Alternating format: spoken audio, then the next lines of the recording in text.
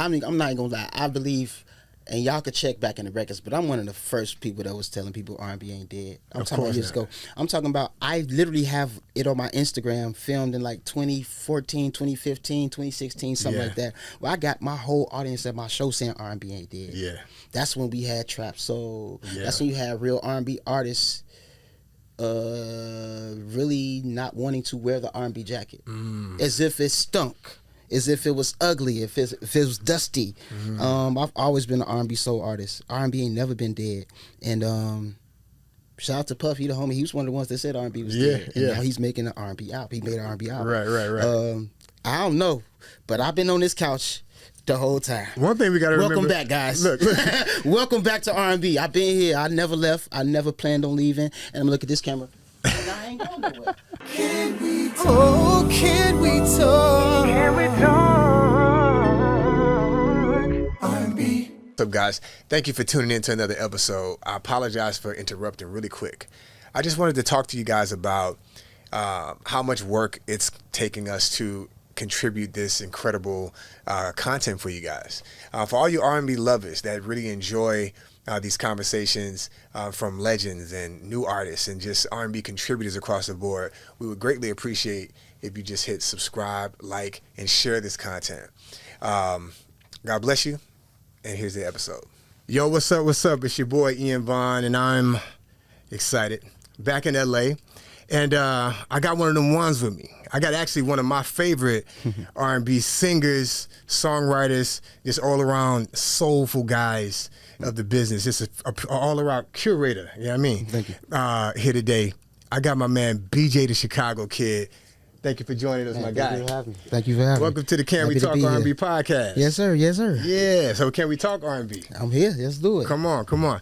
So I briefly mentioned to you a minute ago, so now that we're rolling, you know, we met some years ago. You may not remember, a couple of times actually. Like I remember when you were, this is back in around 06, you were singing backgrounds for Mary Mary on that Hero tour years back with Kirk Franklin and Mary Mary. And I remember meeting you then. Okay. And so what I do as an artist, I'm a singer-songwriter as well. Fire. But what I would do is I would throw my own concerts and shows and open up different dates. Yeah. And I had put out a gospel project back then, and I bought the tour and brought them to Baton Rouge. It was me. Shout out to my man Jabari Morgan and my brother Emmett Sky. Yeah. We put that show on. Gotcha. So I met you then. And I remember seeing. I'm like, okay, you know. You meet a lot of dope singers, whatever. Yeah. Fast forward some years later, okay. I hear you on the Schoolboy Q record. Studio.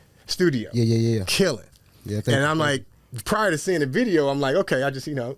And then I'm like, I'm listening to the voice. Yeah. And I think maybe someone told me, that's like, man, that's BJ, man. You should the same guy. Same dude. Yeah, and I mean, yeah. I've been following you since then, and you've been coming out with heat, bro. Thank you, man. Thank you. So, man, you're one of the guys that I have to give a big kudos to as one of the real singers, the guys that's really come from the real pedigree. Thank you. You know what I mean? So I received those flowers. Yeah, man. Yeah. Keep your foot on their necks. You know what I mean? Yes, sir. Man, thank you for joining us. Look, I just want to get right into it. We just have a conversation about R&B and your career. So, tell me, you know, Chicago kid. Take me on the journey of what got you into R&B music, or you know, just got your whole music journey. It was destined. The people I was around, the family that raised me, my family, the bloodline, my cousins, church, school, the hood, playing basketball every day, my friends. It's just, it was a soulful life, just in general.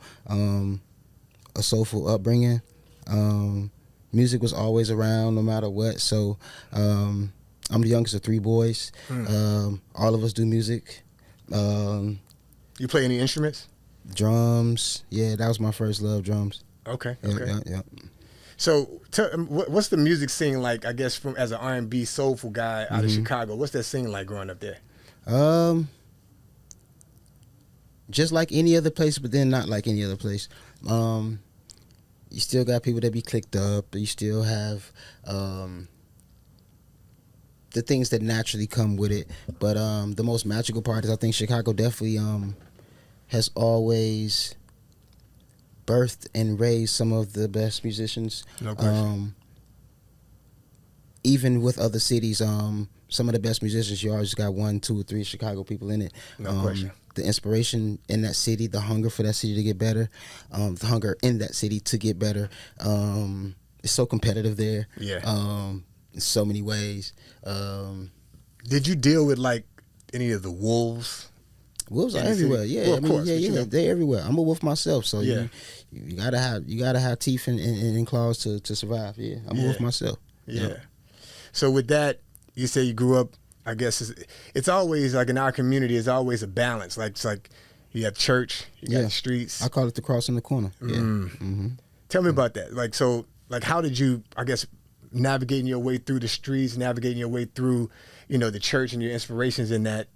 How do you feel, or what do you think is what got you out of that to get you where having you are both now? is what got me out of it, honestly. The street smarts. I wasn't just like some street.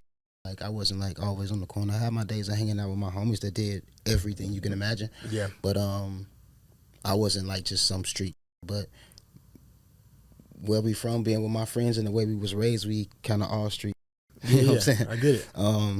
Yeah, mom's brought us to church every Sunday.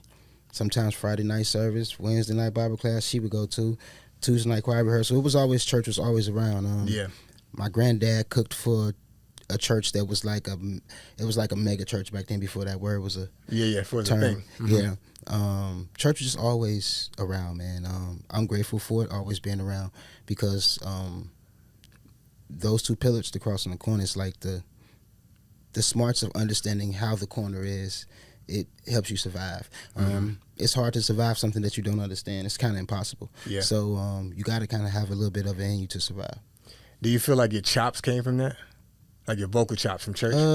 Yeah, that came from me being a drummer. I mean, my timing is everything. Whether I'm abusing the beat, being late, or whether I'm beating the beat up, staying on top of it, or I'm just like doing everything. Like, it's all timing. It's all a feeling that comes natural. So I don't really have to overthink when it happens. It's kind of like something that I just feel and vibe with it. Yeah. I got you.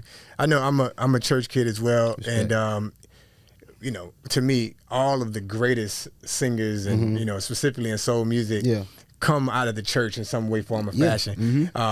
You'll find one here and there that didn't come from that. Even rappers, a lot of rappers come from church too. Yeah, for sure. Yeah, and but I could feel that in your music. Like, thank you. When I listen to you, I hear like a cross between like a quartet style, some of your harmony arrangements, and then I hear Al Green. I hear Otis Redding. Yeah. Or at least I feel that. You know what I mean? Yeah. And I'm not mad at none of that. I ain't mad at none of that. Yeah. It's a gumbo, and it depends on what vibe I'm in, what I've been listening to, what's before me to add to, music wise. It just varies, but I mean, Chicago is a gumbo of everything, man. Chicago is really a blues city. Yeah. If you ask black folks, the origin is blues, and if you ask other races, they might say rock and roll, or before there was Cadillac Records, it was Chicago was like a record city. You know what I'm saying? So it's just a deep history. When you go back and look at it, like even rock bands from Chicago. I mean, it's a very awesome flavored gumbo of just the variety that comes from that city. It always makes me smile when I think about it and learn more about who else is attached to that awesome gumbo. It's really dope to me. Yeah. So name some of the artists that I guess inspired you growing up.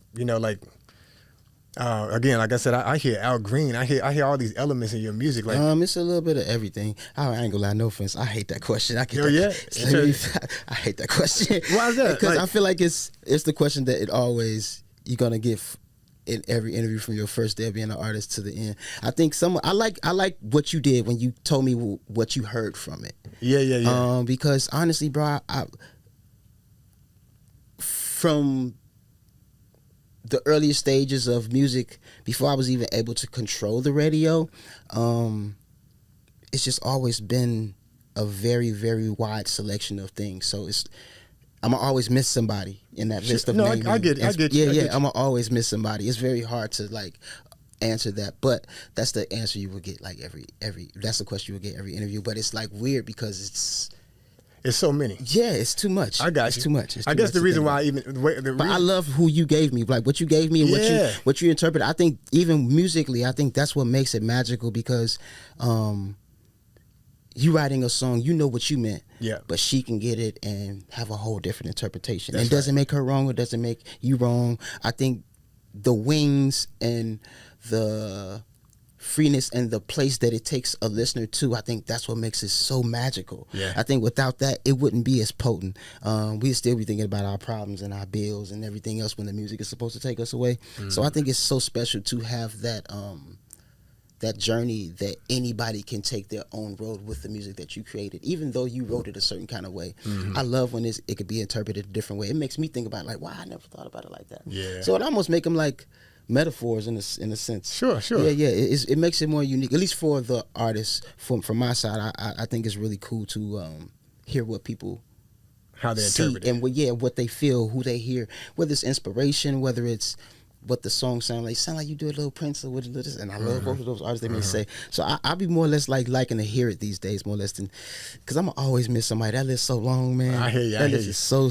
I mean, long. you're channeling you're channeling soul music, right? So I hear the hip hop element. Yeah. I hear the that's that corner part. You know what I mean? Yeah, but what's special about you coming from me is there's no other R&B artist that I could think about in the past, I don't know, 10, 15 years specifically, maybe a little longer, that has carved out a lane the way you have. Wow. Thank you. You know what I mean? Like, I'm not saying that everybody else sounds like one another, but you... There's some that are, and there's some that don't. Some, right. Some do, some don't. I don't feel like you have tried to mimic what's current sound. I feel like you just created your sound. Thank you. And I think that's one of the things that, I mean... you're highly respected by really all the singers. Every singer I've talked to, thank you, that we've interviewed on the show, even you're one of a lot of guys' favorite singers. That means a lot, man. I definitely appreciate that.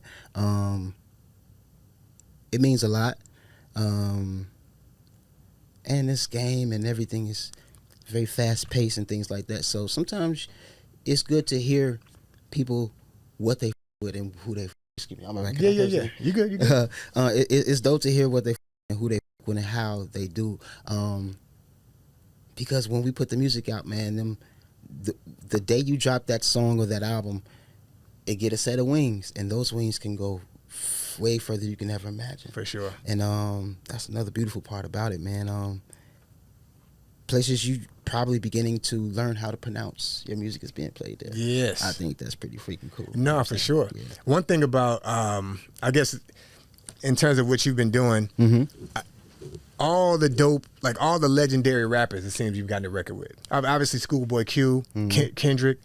What is it about you that, in terms of creating these relationships with these legendary artists in hip hop, that they trust you enough to add that flavor to to take those songs to the next level? Because everybody's not getting records with those guys. Yeah, I feel like some of our favorite rappers' favorite cousin in a sense, vocally, musically. I get it. That's the simplest way I can say it. I get it. I just really understand hip hop. I understand the simplicity of certain details that enhance certain parts, or it's just I just get it, man. I just really get it, and I hate that I'm trying to explain it. I can't really put it into more words than that. Yeah. But I just really, really get hip hop. Are these guys rappers reaching out to you? Are they like? Yeah. Sometimes I'm in the room. Sometimes it's happened every kind of way. It's been in my session, or I've been at a popular studio where it got about 9 rooms and there's homies in about 5 of them. Yeah. Popping up to another homie session and a couple of other homies popping up, and we get to plan what we're working on. And yo, man, it's crazy. I run into you here. Can you right place, right time? It's so crazy. It's happened every kind of way. So it's not just great to be talented, but it's great to be talented. It's great to be ready. It's great to get out the house. Yeah, of course. To be at those right time, right places kind of place and those type of situations. But it's happened every kind of way. Just like even creating songs. I've started creating songs from background vocals. I've started creating songs from singing the chords. Because I have close. I did not have a keyboard player, so that's why you hear I'm singing those chords because I didn't have a piano player. So I called my homie Marcus. I was like, Marcus, how soon can you get to the studio? Very random, so I know he could be like 9 days or 9 minutes. Yeah. But you got to call to see. Marcus was nowhere close to that studio. Wow. Nowhere close. So I had to like figure out like what could I do, and I'm always used to like. I love operating in a place where I do every layer that you can think of until help gets here. Yeah. It's always something you can do, and Sure. singing those piano chords kind of made it happen. And then what's crazy is I forgot my laptop with all my drum sounds in it, so I end up making the 808 with my mouth. Boom. Wow. And I start EQing. So you're telling me your vocal Yes, my is the chord. Yeah. Studio. That's me. It's the small details. I just get it. Remember now, you see what I'm saying? I just get it. I just understand it. I love hip hop. I think in the past lifetime I probably was a rapper. Gotcha.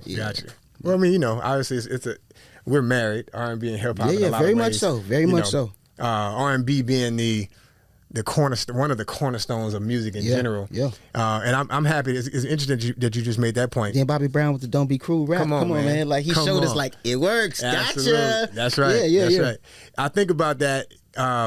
Like right now, they're saying all the reports are coming out. Hip hop music is on the decline in terms of charting. 40% down is what Spotify is saying compared to where it was. One thing I've learned in life, which makes this interview cool. This gives this interview, you and your platform, props. Sure. Before you answer questions, learn who's asking them. Like what's behind it. Almost like if somebody be like, how could I break this down? If a faulty person is trying to give you information, are you fast to receive it? Or if somebody that did something a little questionable, is it fast to receive it?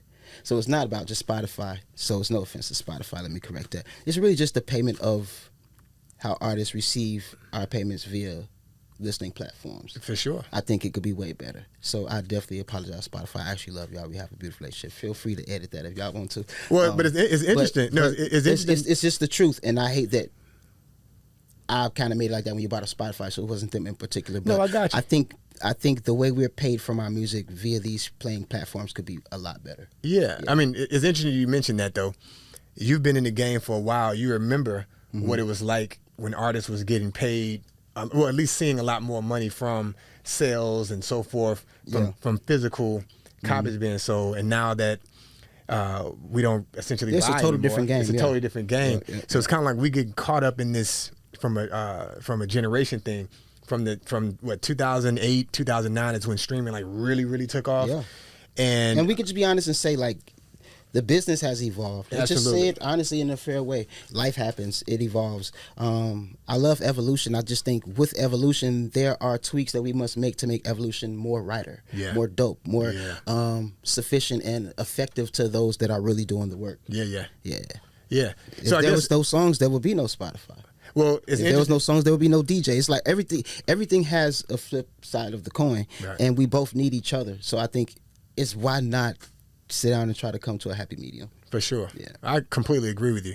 I guess what the point I was trying to get to is being that hip hop is down 40%. They're saying R&B is up 25% right now. I ain't mad at that. I never think hip hop is down. To me, hip hop is like the new rock and roll, and will for be sure for a very long time. But to numbers, I could understand. Yeah, just from an analytic standpoint. Why it's happening, I don't really got a clue. It's kind of crazy. I think in the means and in the times of things evolving, it's hard to understand each second of this caterpillar turn into a butterfly. If you've never seen that this caterpillar really is a baby butterfly. Absolutely. So if you don't know what it is, it's hard to. And I think it's like that with our trials and tribulations, bro. If we knew what it was like at the end of the tunnel, we would probably act differently. Sure. So it's like best that sometimes we just go ahead and do our best. Because, man, like, giving them the best music, bro, they can't really deny that. I think people will always feel that. I really feel how you express how my music is a vibe for you. Yeah. I believe you. Yeah. I think what's from the heart reaches the heart. Yeah. I think if we continue to make music that's from our heart, I don't think it'll be a problem. Some things don't always go as we plan, even as creators, man. Let me ask you this: do you think it's the business? Because the reality, like again, I'm saying this because I'm an R&B fan, and I'm also a musician, so I get it in ways that most people don't really get it. But I play your music for my wife. I don't have to. Matter of fact, she plays certain songs. Wow. You know, we all we love your music. Thank you. And I'm not just speaking from our standpoint. When the few people I told I had. I mean, I got BJ Chicago kid come on the show. They was excited because you have a lot of people who really, really, really play. You know, they mess with you. They really love your music. One reason I believe is because when you sing, it's passionate. I feel it. Yeah. You know what I mean? Like it connects. You know what I mean? I do takes over if I don't believe myself. If I can't believe me, I really don't think people would feel it. Yeah. I'm the first tester. You know what I'm saying? Yeah. I gotta believe myself. If I don't believe me, I'm gonna cut it over. I do whatever it takes to make that conviction felt. Yeah. I think that's extremely important. That's the vehicle for the ride that people, the music takes people on. Sure. But you do this without even a big production live. Like the last time I saw you perform, I think it was in 19. You had a drum kit and a guitar. Yeah. And it was just vocals, and I'm sure you had some tracks sing some sort of way, but you were killing. Thank you. So man. I'm like, you know, I mean, you know, everything ain't necessary in terms of the big hoopla when you can just break it down and take over a room. Yeah, you give that, and I feel that's from the passion. Yeah, of I think it's the fearlessness too, bro. Where I'm from plays a lot into that thing, being fearless, not giving a fuck. Yeah. On the little movie Vivo, the little animal says, "Sing louder than your fear." Like sing louder than your fear. Finding your place, knowing who you are, remembering who you are in those moments. A rapper friend of mine told me he said, "Man, I still get nervous." I said, "That's right. The moment you're not nervous before you go on stage, you should probably do something else." Because that nervousness turns to excitement by the time you get that microphone, and when you out there, that turns to electricity, and that spreads, and now the room is on fire. That you're supposed to have that little feeling, and I don't even call it fear, stage fright, anything. It's just such a unique excitement. It's like an angst. Yeah, that the closest thing you could compare it to is a fear. As far as the feeling you feel in your stomach or whatever the case may be, but it's really excitement. I don't really think it's fear. You're so excited, your brain just goes to other places, and nothing else in life can make you this excited. So this is that feeling, and this will always remind you of that because only this gives you that feeling. But it's not fear, because I mean, in rehearsal you see yourself taking that show to another level with the people in the auditorium and everything. You visualize everything. So I think seeing that, you already know what you can do. So it's just excitement to me, I think. Yeah. So, well, you've been consistently putting out quality music. I mean, world class. Thank you, man. Thank you. What did you feel like have been some of the roadblocks in terms of your career? And I know we just talked about how I'm ready to answer that for you. Get finished asking it. I'm ready. Yeah, go for it. Some of the roadblocks is being too early. Some things I was doing a long time ago, and they're just now being popular. They're just now being cool. Some things I've been doing a long time ago. I'm not trying to sound like that type of person. Yeah. But it's documented. It's very evident. For me, singing in beautiful places, singing my tail off, in a room with beautiful reverb and one camera in the room, and it's dead silence, and I get to connect with the people. That's what's really popular on social media. I've been doing those with my guy. Shout out to Maestro Knows, Levi Maestro. Man, those type of things have been the things that... Is he your guitar player? Nah. He was a good friend of mine as a videographer. He was like my DJ drama with mixtapes back in the day. He helped me reach a certain demographic that I was around, but I didn't think how to reach them, and it kind of ignited this whole thing. And I think people like that and that type of crowd is how I met the Kendricks and the Schoolboys and the J. Coles and the list goes on and on. Yeah. All of that stuff is kind of connected. Yeah. I remember seeing you perform also. Like, I've seen you a lot of times at Revolt conference. Okay. I think this might have been 15. Oh man, I remember that. I had on a tan coat. I don't remember what you had on. Yo, I got that car like maybe the day before that, man. My barber was on vacation. I should have hair all on my face. We did Turning Me Up. I think that was it. Yeah, we did Turning Me Up. And it was lit. It was fun. Right after you, I think Robin Thicke went up there. I believe so. Yeah. I think yes. It was like in the conference room. That's right. I do remember that. That's right. I remember that one. Okay. Yeah. That was fun. And look, we chopped it up at the. I mean, I look you a do little so different. much, my no, bad. No, Yeah. I get it, bro. Yeah. I get it, and I look different too. Mm-hmm. Hair done got grayer and longer. I get it. Respect. I got you. Yeah. So, we talked about R&B growing the way it is, and I feel like it's a. My bad. I mean, did I finish answering the last question fully? What was the last question you asked me? Well, I was. What was the last thing we was talking about before we got to this? We were talking about. What were we talking about in terms of roadblocks? Okay, yeah. So, and because there's a few more. Gotcha. Being too early was a roadblock for me. I can't say that's for every artist.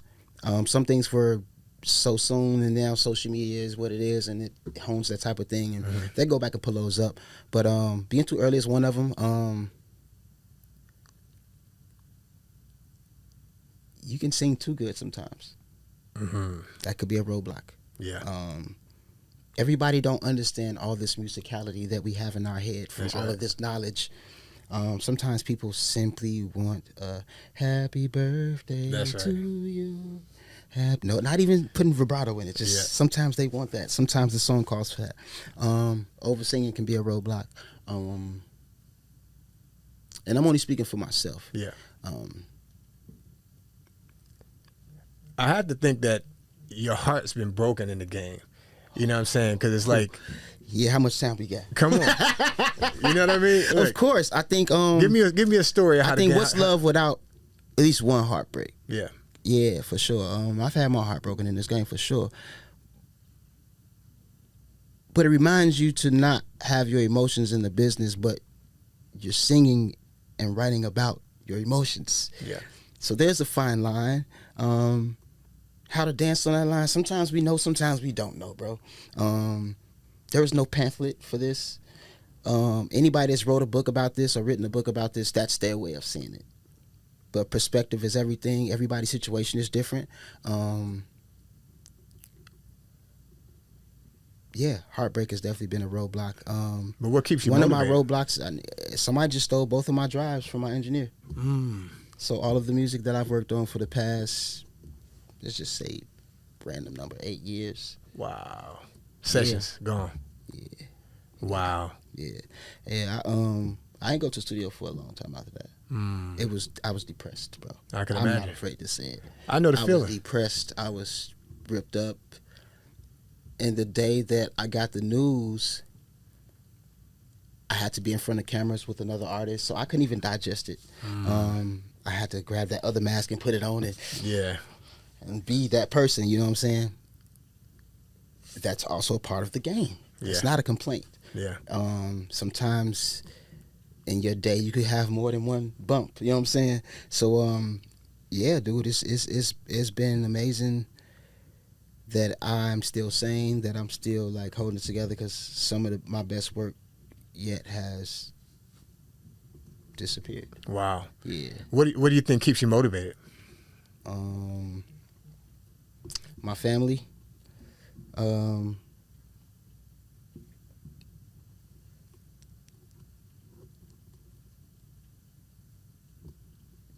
Through the roughest time of that depression, my family kept me motivated for I can't lie. Yeah. But yeah, I didn't really want to. I was trying to find an exit door, I'll be honest with you. I know it sounds a little far-fetched. I got you. But dude, like, that's everything I've been working on. Getting calls for some of those songs, like, yo, man, we need the files. I have consistent reminders that those drives are gone. Right. Every day. Wow. Whether it's songs for the show, whether it's songs for another artist, whether it's a song that they want to send for a commercial, it's always, I have consistent reminders of that. Man. So yeah, I'm about to just take my time and get back, but y'all can be hearing MP3s, because these songs can't go to waste, so y'all gonna be having MP3s for a minute. Of course. Yeah, but y'all gotta get them, because I think the messages, one particular project, I pretty mixed it as I was going. So I was cutting vocals on the actual files, more or Gotcha. less than MP3. Gotcha. So at least sonically, it sounds a lot more amazing than just a pre-production song or so have you. Right. But yeah, man, there are a lot of roadblocks. I think, and they will continue to come. Sure. Some unexpected, some beyond your control. Like those drives weren't in my possession. Yeah. My engineer was copying the drive, so the one that stays at home never. And in between that transition, boom. Man. Yeah, and not just my stuff was missing. His stuff was missing. Sure. His partner's stuff was missing. So, yeah, dude, it's like a very, very, very whack thing. And the whole thing about it is, that I think that really like messed me up the most. You can't really do nothing with hard drives. People probably throw that stuff away. They try. Sure. They want the computer. They want, Right. the thing that they can. But ain't nobody don't buy hard drives. But the person that owns it, Right. I'll buy it Right. back. Yeah, I'll Right. buy both of them back. But yeah, it's just a cold part of the game. Well, And I'm not a thief, so this wasn't my karma. I don't deserve this. gotcha. I've never been a thief, brother. Yeah. You hear me? Yeah. I just rather not have it. Mm-hmm. Dang. I've never been a thief, bro. Never. Look, I hope having conversations like this motivates you in the ways that keeps you going, because you're impacting so many people around the world. It's definitely powerful. Honestly, I don't get a chance to sit down with people that actually really is an understander of my world musically. Sure. And it feels good to be with somebody that really get me. Yeah. So this is not a regular sit down for me. For sure. I appreciate it. Well, that's love, baby. For sure. That's love. Yes, sir. So with that said, you have some new music coming. Yeah. New album. I'm excited about it. Yeah. Like where that inspiration come from. We're looking forward to that. The album's dropping November 10th. Yeah. You said the date. This is the first time I hear somebody else say the date. You just got the gem right there. Yeah. Yeah. November 10th. Myself, Yeti Beats. The album's titled Gravy. And this is a Incredible collab. company. It's a collab album, or Yeah, I know you yeah, got yeah. a new deal with Yeti Beats and RCA. It'll be like- an incredible company. I mean, Andre Day, Phillip Bailey, Coco Jones, of course. Yeah. Chloe Bailey. Yeah. That's just to give you a few. Yeah. A few names you might know. A few more names you probably like. We're gonna have Never first of all. knew that look, I kind of work we with them, can't. We but can't just. it's full of surprises. We can't just skip past Phillip Bailey. Yeah. These are the elements, right? Yeah, and I called her myself. That wasn't no label move. I did the play a phone call. I called her myself. You feel me now? But it was so amazing, man. I worked with him with Travis Scott on Stop Trying to Be God. Gotcha. So one day we had a session with the Ozzy Brothers in 1500 or nothing. And it was right after they did the verses. So both groups were in town, the Ozzy Brothers and That Earth, Wind and Fire. was an amazing verses. And we went to the studio. Yeah, it was. And we went to the studio, and Ron Ozzy was like, "Yo, he's like, Phillip's coming today." I was like, "Wow." Act like I ain't hear it because he wasn't talking to me. Yeah. But it would have been the time for me to remind him and tell him, like, that's me singing "Stop Trying to Be God" with you for Travis. Nice. So he came to the studio, and he went in the booth. They was like getting the mic to his height. And he was testing the mic and getting his vibe together for him to record. Yeah. And I had to talk back out. I was like, Mr. Bailey, that's me singing "Stop Trying to Be God" on Travis Scott album with you. He was like, "No way." He turned around. He's like, "Man, come in here." I went in there. He hugged me. We in the booth talking, and his presence was so pure, Yeah. legendary, of course, icon, of course. Yeah. But that man is down to earth. Nice. Before he got to the studio, his daughter had told me her and her sons were fans of my music. So I was like, FaceTime him right now. Let's surprise him. I'm that type of artist. Like, so I like just shocking people and like in the most coolest way. So we FaceTime. We picked up. We all had a laugh over the phone. We took pictures on the FaceTime thing, and just that family just reminded me of my own family. So in the midst of working on this Gravy project, I started this song called "Never Change." It already reminded me of Earth, Wind and Fire, but I'm the guy that's not, if I got the number, I'm not afraid to call. I'd rather you say no. Yeah. I'm not finna say no for you. That's the worst thing you can do. That's the first level of destruction, self-destruction. Yeah. It's trying to determine if somebody's busy or not without involving them in answering that question. So yes, I was like, I'm gonna call. One of the things about like to that it happened. Look, to that point, I work in other business that I have. you have 100 people say no, but all you really need is that one yes. Yep. That one yes is life changing. Yeah, it is. And honestly, those no's make you want the yes even more. Yeah. It make you find the yes. It makes you determined because you know there's a yes out there. Sure. What's funny is we've got no's in terms of we reaching out to different artists and producers to get on the show. Yeah. And no one said no. Well, maybe one or two people said no. Others like, we'll get to you. But now, because we're building a platform, we're trying to get people to listen to R&B music again. Yeah. That's what this is about. I think so. I'm not gonna lie. I believe, and y'all could check back in the records, but I'm one of the first people that was telling people R&B ain't dead. I'm talking about years ago. I'm talking about, I literally have it on my Instagram filmed in like 2014, 2015, 2016, something like that. Where I got my whole audience at my show saying R&B ain't dead. Yeah. That's when we had Trap Soul. Yeah. That's when you had real R&B artists really not wanting to wear the R&B jacket. As if it stunk. As if it was ugly, if it was dusty. I've always been an R&B soul artist. R&B ain't never been dead. And shout out to Puff, he the homie. He was one of the ones that said R&B was dead. And now he's making an R&B album. He made an R&B album. Right. I don't know, but I've been on this couch the whole time. One thing we got to remember. Welcome back, guys. Look. Welcome back to R&B. I've been here. I never left. I never planned on leaving. And I'm going to look at this camera. And I ain't going nowhere. I think it's always been a part of me. I used to say all the time, like, when you feel like an alien, you're probably doing something right.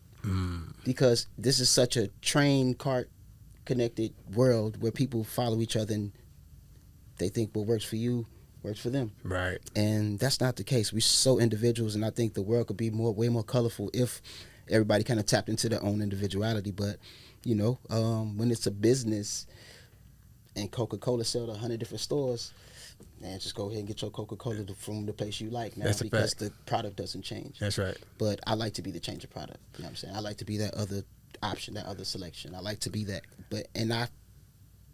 Me personally, I feel like musically I'm slightly a chameleon. I could do a lot. Yeah. I could do a lot of things more than what people know me as. When people go back and do their homework or look back into my career, they see it's a lot of different styles of songs, a lot of different genres that I did. From pop songs to country songs to I've done them. Yeah. I've always wanted, when I don't know if I walk away from the game or whatever God sees, but when it was all said and done, I didn't want my wall to be one color. Musically, I didn't want my songs to be one vibe. I wanted it to be a very beautiful collage musically of my catalog, of my work. Yeah. And I think sometimes it means going left when everybody wants you to go right and they don't get it. Yeah. But this ain't your fucking career. This mine. Yeah. If you don't like it, bounce. That's right. Peace. But the truth is, you're creating, your music is creating its own audience. So whatever your God-given ability to create is drawing in whoever you may draw. You drew me in. You may have somebody from. It got me at the Grammys most of the time. They be having them. I mean, something got to be right. Yeah, for sure. Honestly, another plus to that, bro. At my shows, nobody's waiting for one particular song. Yeah. Nobody's waiting for the radio hit this out. Everybody's here for the whole experience. Yeah. So there's no fights that be at my shows. There's nobody sitting down to that one song and they stand up. Nah, everybody here for the whole BJ experience. And I think that's what eliminates the riffraff. It eliminates the vibe. It makes the vibe even iller because we all put this energy into a place where it makes me go to a place where I don't remember what I even did. That's what it's about. It's not, I think some rappers, they got people there for certain songs or for many different reasons than that one main reason that draws everybody together. And I feel like you can feel it in the room. Where do you rank yourself? So in terms of like, as an R&B artist, as a male artist, we talk about like Brandy being the Bible, the vocal Bible.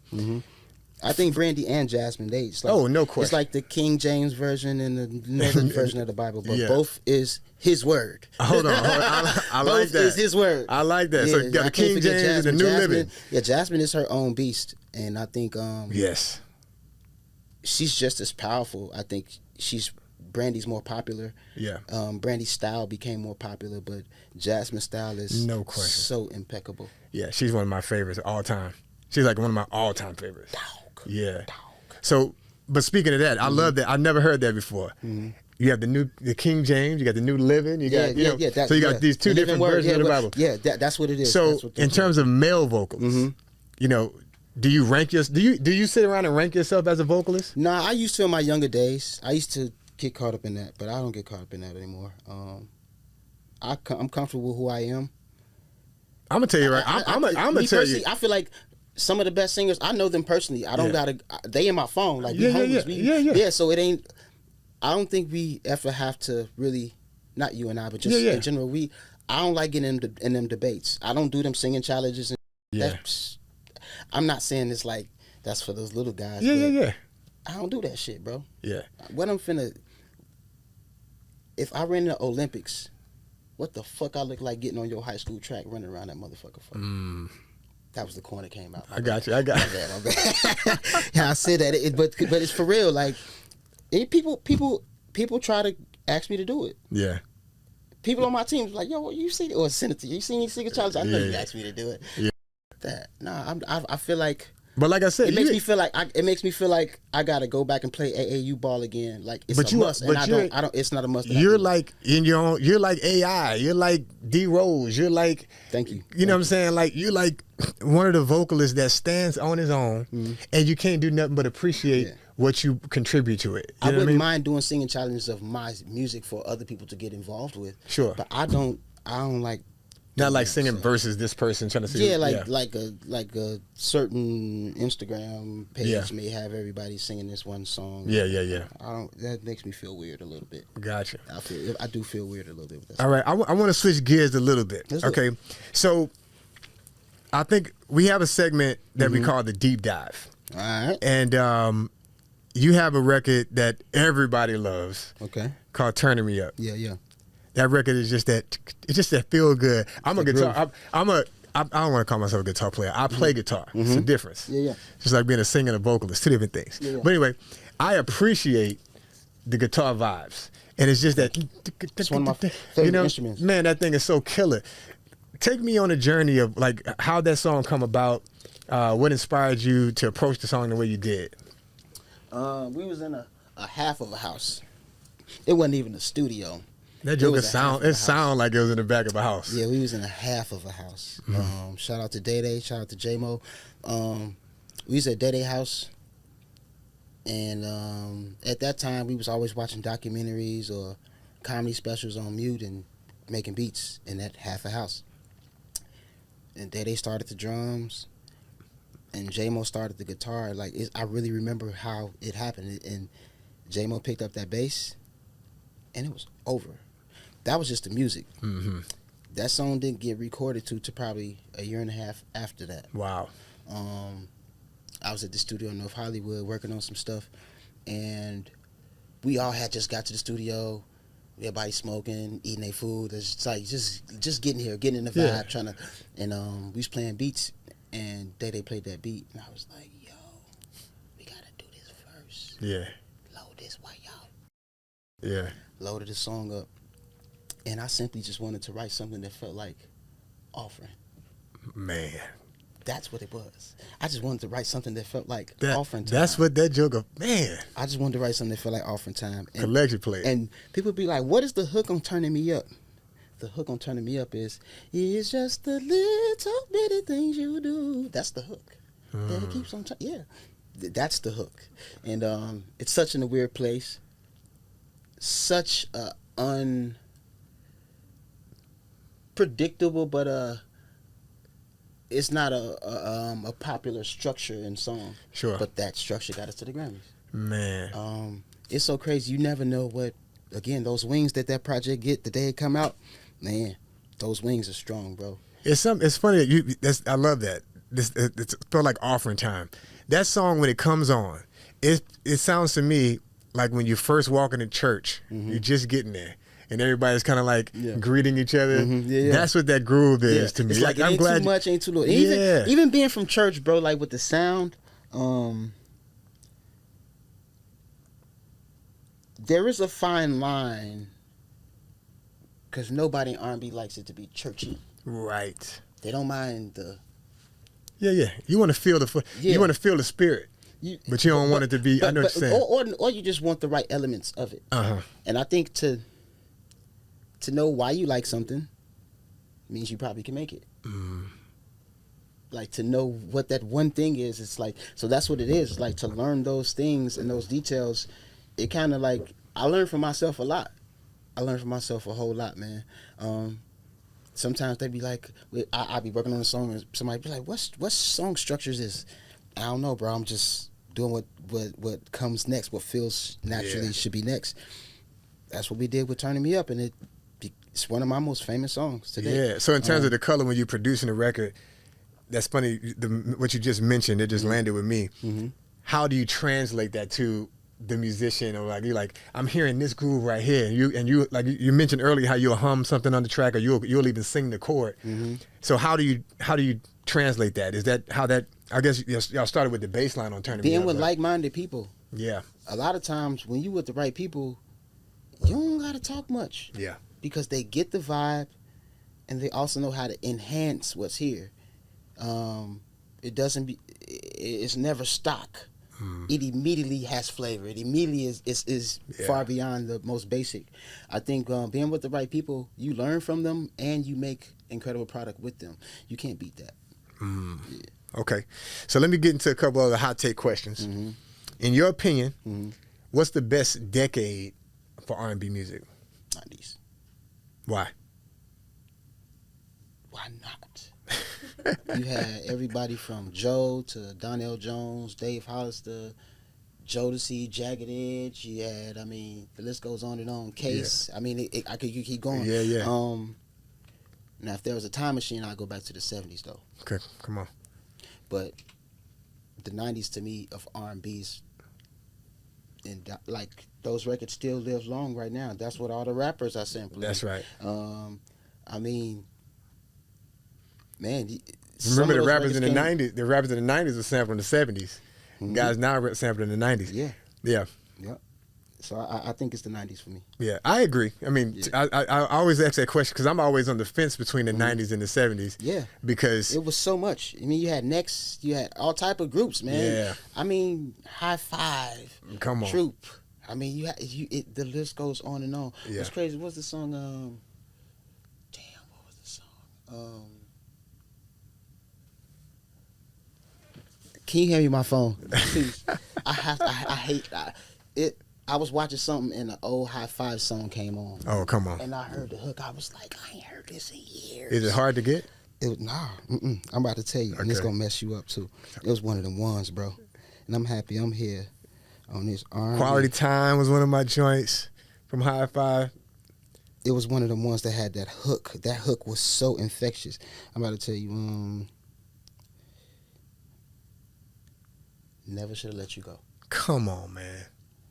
And I never should. No, think about you every night, every day. 'Cause in my heart I know that I never should have let you go. Come on. My love for you is stronger than I ever knew.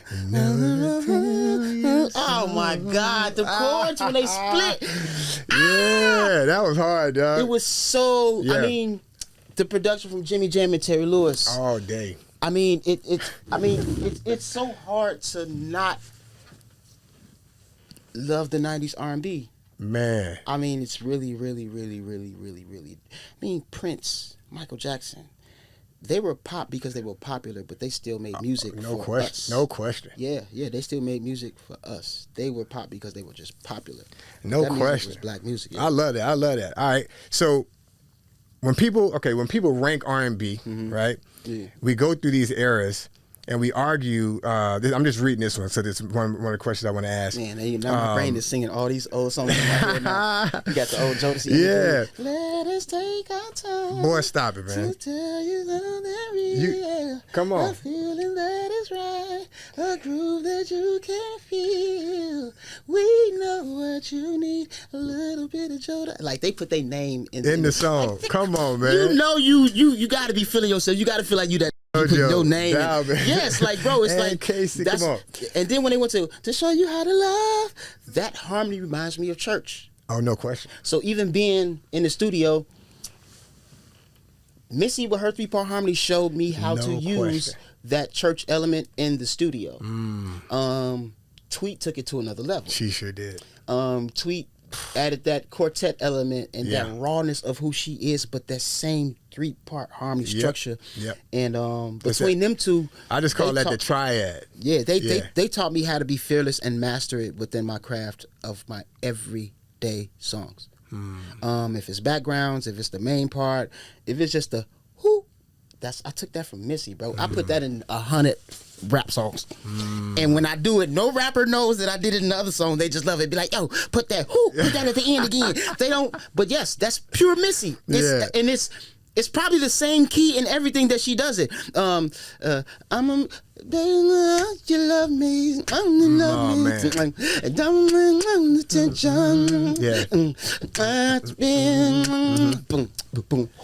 It's the details. I get it, bro. Because I'm not just a fan of the lyrics. I'm a fan of, I sit back and be like, what makes me like this part so much? It's that note. That note is, Yeah, when you get to find that out, you begin to look beyond the veil and just like kind of see that one thread.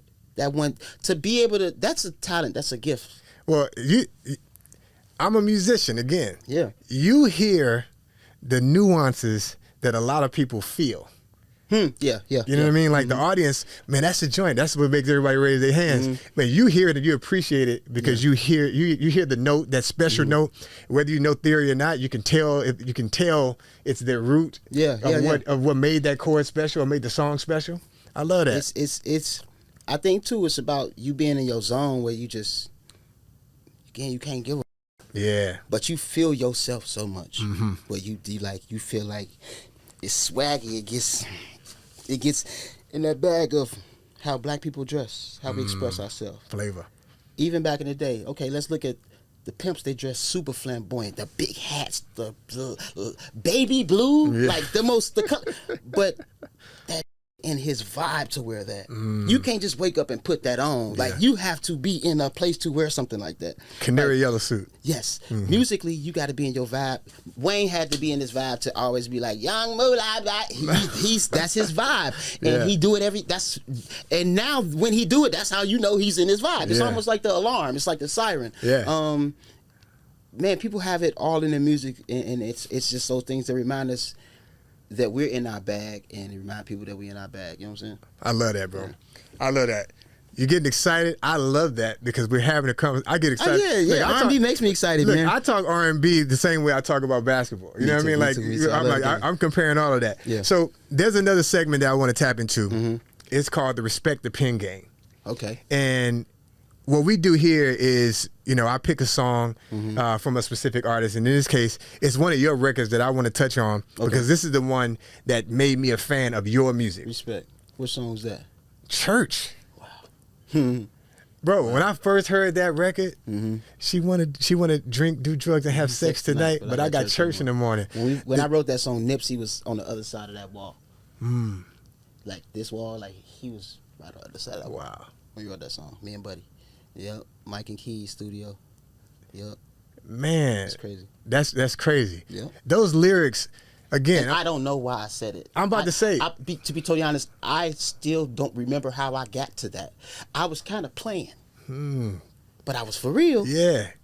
Remind you of that old Shirley Caesar song when she was like, "She ain't playing no more." Yeah. Come on, man. Come on. Yeah, I was the queen. I wrote a song for Shirley Caesar too called Really? City Called Heaven. Wow. Yeah, I'll be everywhere. Come on, man. City Called Heaven. I love that. I wanted Marvin Winans to have it, but he wasn't working on anything at the moment. Man. But I ended up giving it to her. You got to let that rest for a second because Marvin Winans is the triple OG. Yeah, he has his own. He has his own Mount Rushmore of different eras of his own head. You know what I'm saying? His no face, question. His face. Yeah, his young Marvin, the Oprah Winfrey Winans. You know what I'm saying? Yeah. I'll be honest with you. Detroit has. Let's just give Detroit their credit. Detroit will forever have respect for me musically. I mean, how y'all give us Jay Dilla, the Clark sisters, the Winans? Yeah. I mean, and the list goes on and on. I don't want to keep going, but come on, man. Yes. They gave us Motown. I mean, Dietrich Hat and Chainbreaker album is still probably one of the most powerful gospel albums. Man, shout out to Dietrich. Still, like Chainbreaker album was. But when you mentioned Marvin Winans, He's actually one of my all-time cross-genres favorite male vocalists. He's You know, he's the slick silent assassin, bro. Yeah. He's the slickest.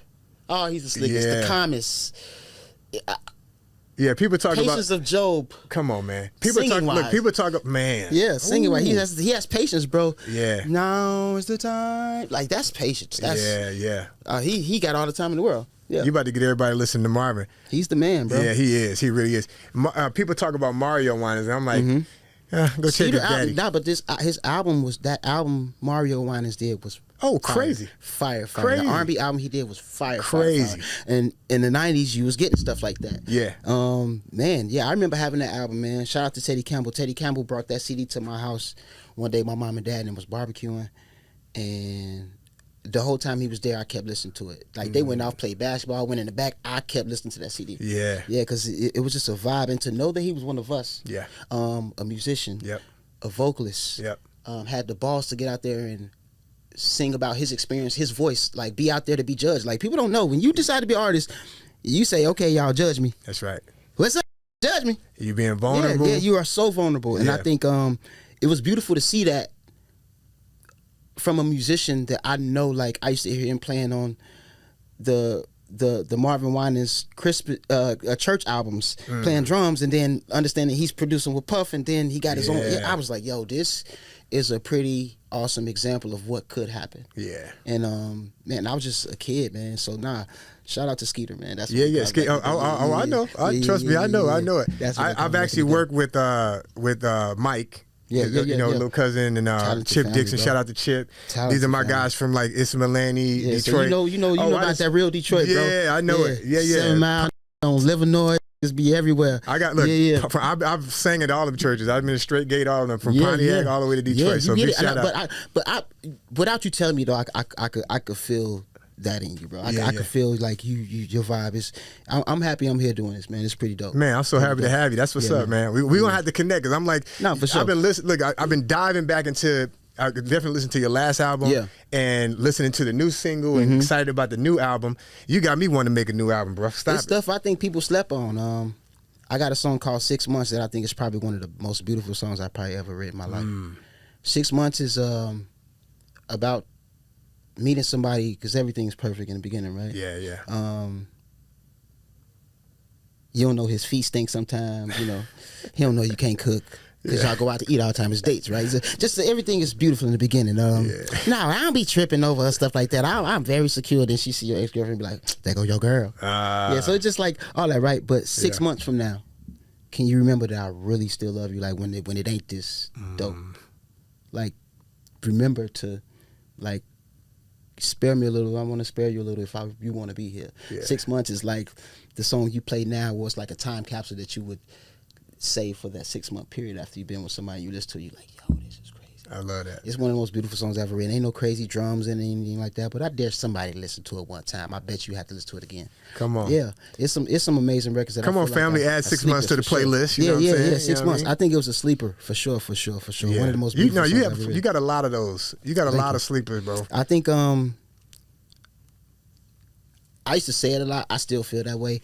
I feel like my music will get even more famous in time. Like no question. Yeah, I feel like whether I'm here or not, I feel like my music will just be one of those. I feel like I would be one of those artists that they going back simply me. But you know one thing about R&B music though, your music, specifically like your style of music, your music is timeless. Like you have that that soulful element from the 70s, the 80s, the 90s, and then of course to today. That you can drop any one of your records in any one of these decades. And it's current, you know what I mean? Thank you. So I try my best to it's a fine line with that, you know? Yeah. It's a very fine line. I try my best to do it. It's definitely a special It's crazy talent. you said it about writers. Who's some of your favorite songwriters? I'll tell you some of mine too. I mean, it's a lot of them. We talk about the guys with the names. I got to give a big shout out to my man Jolly and Skinner. Respect. That's one of my guys. DOA, Derek Allen, big shout out to him. We had Brian Alexander Morgan on the show. Oh, yeah. He's one of my favorites. You know, of course, we have Babyface. And in the more... We ain't even got to go to those guys. Yeah, you ain't got to go to them guys. But I like to hear those first few that you say. I like to hear what... Yeah, but because, I mean, dude, if people knew, like, the power of songwriters and the power of producers. Come on. They are the psychics of it. Talk about it. They the psychics. You walk in the studio, you hear a beat that you might not really like, but the producer's like, trust me. That's right. I know you hear something. I know you can rap to this show. I know you can sing to it. Trust me. Do your best on this and just trust me. Just lay it. When you got to put it out, just do something. That's how you probably get songs like Get Your Freak On. Yeah. Who's to say? I don't know. I could be wrong. But I know that trust has led to some of our favorite songs. Yes. They say a lot of artists' biggest hits they hate. 100%. You hear so many things about it, but I really, really believe songwriters and producers are the psychics of this thing. Those are the people that we trust. Those are the people that bring it in. It's already ready. Sometimes, you know, they set the climate. Some of my favorite songwriters like Harold Lilly, Jonte, of course, Big shit. Mr. Face, of course, Of course. Who else are some of my favorite writers? The Underdogs. Come on, bro. The Underdog, the whole camp though, like from Tank to Eric Dawkins. Yep. Steve, James. I was about to say, I take the whole collective. Those guys made some of the most amazing music together, and I thought it was like, it brought such a, I can't wait to get to the studio vibe, to the real ones. It's funny when you we would sing. We wasn't just singing leads. We were singing the backgrounds too. Yeah. I mean, I remember what they was on the cover of Billboard one time for, it's 365 days in a year. They had like 300 placements. Oh yeah. In a year. Like, I remember that. What the? Like, it's funny when you mention Eric Dawkins. I grew up a huge Commission fan, and I was a big Dawkins and Dawkins fan. Yeah. You know, so my brothers and I, we had a group. We used to sing. It was a gospel trio, and we used to cover a lot of those records. Yeah, me and my oldest brother Aaron did too. We definitely had our time too. Right before I moved to LA, we gave it a shot. But yeah, that's crazy you said that. That's crazy. But bro. Eric Dawkins is like one of the most precise vocalists I've ever worked with and watched. Yeah. In the studio and live. Jesus Christ. He cold. Mario is too though. Yeah. Mario is too. Mario in the studio. Mario is very, very, very, very, very, very, very, very, very on top of his game musically. Like, singing wise, he'll give you a couple options of what you want from him. Yeah. Like, Mario is a beast in there. Who else? Kenyon Dixon, another beast in the studio. Come on, man. Another I ain't gonna hold you. Big shout out to Kenyon Dixon. Yes, his new album, he just dropped. Right now, everything he's gonna drop is gonna be that, bro. He's not gonna give you nothing terrible, bro. Yeah. Because he comes from the cloth of it meaning something to him first. Yeah. He's not gonna let nothing come out that gate that ain't gonna bite you. Man, I'm telling you. And that's the same way we feel about our music. He's one of us, man. The cross in the corner. He the same. Yeah. K's a beast. Yep. PJ Morton, another one. Yeah, that's the homie. You can't. You're not gonna get PJ a bad different, one. man. And he has his vibe. He has his world of it. Yeah. Who else? Aaron Ray, Lucky Day. Yeah. I'm a big fan of Lucky. Who else? You just named a couple. You named a couple New Orleans boys. You know what I'm saying? Man, Lucky and PJ. What's crazy, bro? I'm all hood, all American, man. Yeah. I might name somebody, don't even know where they from, and it just make me love that place even more. Yeah. But it makes sense when I find out. Yeah. See, man, I'm from Baton Rouge. Place. I live in New Orleans. Okay. So when you mentioned, I mean, obviously, I grew up again. PJ, Pastor Morton, Bishop Morton's church, sang himself too. Yeah. So of course, and he comes from that. He's essentially of that Winans pedigree. You know what I'm saying? Yeah. In a lot of ways. Yeah. So that's crazy. BJ, I can talk to you all day, bro. Let's keep talking, man. I can talk to you all day. Let's keep talking. But we got to wrap because we got another show coming up. No. Well, you know what? So listen, album. Did we touch everything that all the topics? At least most of the goal. We can continue going. when it come down I don't get a chance to be at a place where I feel like I'm at home often. I love it. This ain't like just being somewhere to start questions. Nah, man, I like this. I love it. All right. So in terms of your favorite, I mean, I asked you this earlier, but this kind of, now that we've kind of gotten into some of your favorite writers and you know, just in the pedigree that we come from, and you naming a lot of guys who I obviously adore as well as songwriters, but we all come from the same school essentially. Yeah, for sure. When you, like, speaking of Kenyon Dixon's new album, I've been listening to his album nonstop for the past 2 weeks. Yeah. Maybe 3 weeks. And I think it dropped 2 or 3 weeks ago, whatever. And I'm telling everybody, like, yo, this album, like, right now, so far, it's probably my favorite R&B album of the year so far. Yes, so as it should be. You know what I mean? So what can we expect from your new album? Honestly, this has been a very experimental thing with me and Yeti. Yeti Beats is famous for and responsible for the likes of like Doja Cat and artists like that. Me, more R&B, soulful, church background. He always wanted to make a soulful album, and I always wanted to work with somebody who had those pop expertise and could show me how to implement them in a very useful way that I could really learn from. Add those colors. Yeah, we went to Memphis to record this album at Al Green Studio. Come on. In the hood. It's pretty much, I could say it's the projects. Yeah. Still there, still exists. Nice. Shout out to Willie Mitchell and Boo Mitchell. Man, they held us down like family came and cooked for us at the studio. Wow. It was like the most ultimate red southern carpet. Yeah. But yeah, we ourselves, the Indications. I'm not sure you're familiar with the Indications, but the Indications is more like a soulful. I don't like calling them a band, but they are a band. But they're like a unit. They're a movement for real. The Indications came in with Charlie Burrell. Nice. And man, we had fun for 5 days. We did a few more songs when we got back to LA, but we did 17 songs in 5 days. Wow. So it was a very experimental thing, having fun. Yeah, but it wasn't like a lot of thinking. It was like, this feels right, let's put this together and do this. So this album isn't like a typical BJ album. This is more like a Gnarls Barkley. This is more like that type of thing, but you definitely still feel my core sound in what we do. You feel Yeti's core sound in what we do. I think Spend the Night is an incredible mixture of both. That the song with Coco Jones. Yeah. That single, Spend the Night, is so fresh because it does, I can feel that Doja Cat scissor kind of appeal that Yeti feel, but your soulful tone ain't going nowhere. Thank you. I think that's what we all wanted to see, what could happen with those beakers mixed together in one beaker. It's been a very dope process, a very learning process as well. I mean, even being at a different label, I think it's all a really, really cool, dope, new, fun thing that's like a breath of fresh air for me. That's fantastic. For sure. I need songs like Spend the Night. It's a record you could dance to. Yes, and effortlessly. It's not like you have to think about it. It's like, you walk in Target, it's already in the middle of the song, and you pushing the cart, stepping to the beat.